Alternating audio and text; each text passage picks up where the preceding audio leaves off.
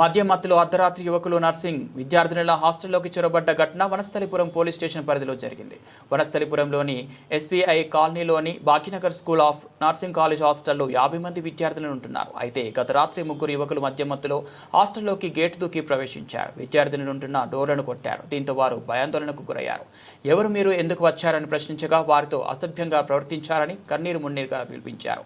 పోలీసులకు ఫిర్యాదు చేయగా వారు వచ్చి యువకులను పంపించారు తప్ప వారిపై ఎలాంటి చర్యలు తీసుకోలేదని ఆరోపించారు.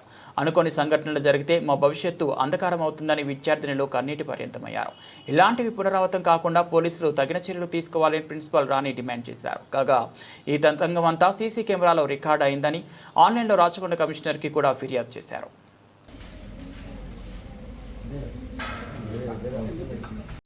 భాగ్యనగర్ స్కూల్ ఆఫ్ నర్సింగ్లో నేను ఫస్ట్ ఇయర్ చదువుతున్నాను. ఇందులో నేను చదవడానికి వచ్చిన 3 సంవత్సరాలు పూర్తి చేసుకొని వెళ్ళడానికి వచ్చిన. కానీ నిన్న నైట్ ఏం జరిగిందంటే 8కి ఒక 2 అబ్బాయిలు వచ్చి కొత్త అమ్మాయిలు వచ్చారు. ఇట్లా మేము మీ హాస్టల్లో జాయిన్ చేసినాం అని అంటే వాళ్ళు ఎవరు అది ఇదని మాట్లాడి పంపేసినాం. దాని తర్వాత 12 కాగానే ఒక 3 అబ్బాయిలు వచ్చారు. వాళ్ళు ఫుల్ తాగి ఉన్నారు.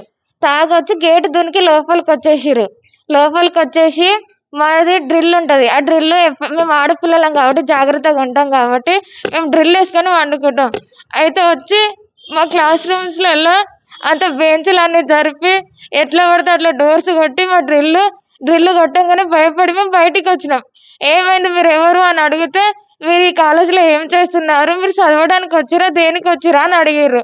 అంటే మేము ఇందులో చదవడానికే వచ్చినాం, మీరు ఎవరు అని అడిగితే మీ ఓనర్కి చెప్పండి ఇది మాది అని అనేసరికి మాకు భయం అయ్యి మేము పోలీసు వాళ్ళకి ఫోన్ చేసిన తర్వాత కూడా వాళ్ళు అక్కడ నుండి వెళ్ళిపోవట్లేదు.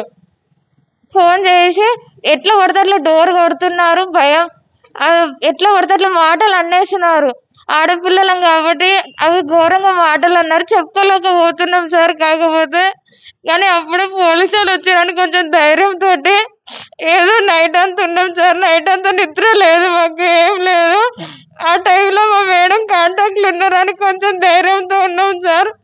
మేము ఆడపిల్లలకి మాకు న్యాయం జరగాలి సార్. ప్రతిరోజు ఇట్లనే జరుగుతాయి, మేము ఉండలేకపోతాం ఈ హాస్టల్లో. ఇంకా నాది 2 ఇయర్స్ ఉంది సార్. 2 ఇయర్స్ వరకు ఇట్లనే ఇబ్బంది అయితే మేము ఉండలేకపోతాం సార్. మాకు న్యాయం చేయండి సార్.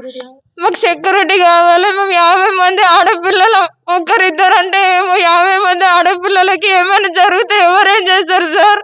మాకు ఖచ్చితంగా మాకు సెక్యూరిటీ కావాలి సార్. మాకు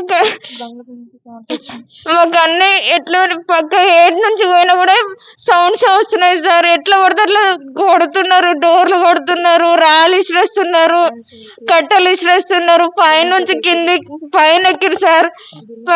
పైకి ఎక్కి ఎట్లా పడితే అట్లా అరుస్తున్నారు, డోర్ కొడుతున్నారు, ఎట్లా పడితే అట్లా అంటున్నారు సార్. మాకు న్యాయం చేయండి సార్.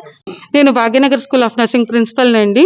నిన్న రాత్రి 12:30 ఆ టయానికి ఇక్కడ భయాందోళనకి బాగా గురయ్యారు పిల్లలు. చాలా భయపడ్డారు. వేరే వ్యక్తులు, గుర్తు తెలియని వ్యక్తులు కాలేజ్ లోపలికి ఎంటర్ అవ్వటము, పిల్లలని చాలా భయపెట్టడం, గ్రిల్స్ కొట్టడం, డోర్స్ కొట్టడము, ఇలాంటివన్నీ చేసి పిల్లల్ని భయపెట్టారు. వాళ్ళు నాకు ఫోన్ చేశారు నైట్.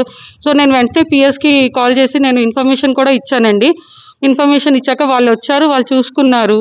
కొంచెం అంటే దాంతో కొంచెం ఊరట ఉంది. కానీ మాకు ఇంకా ముందుకు కూడా ఇలాగ జరగకుండా మాకు సెక్యూరిటీ కావాలని చెప్పి పిల్లలకు సంరక్షణ కోసం అడుగుతున్నానండి నేను.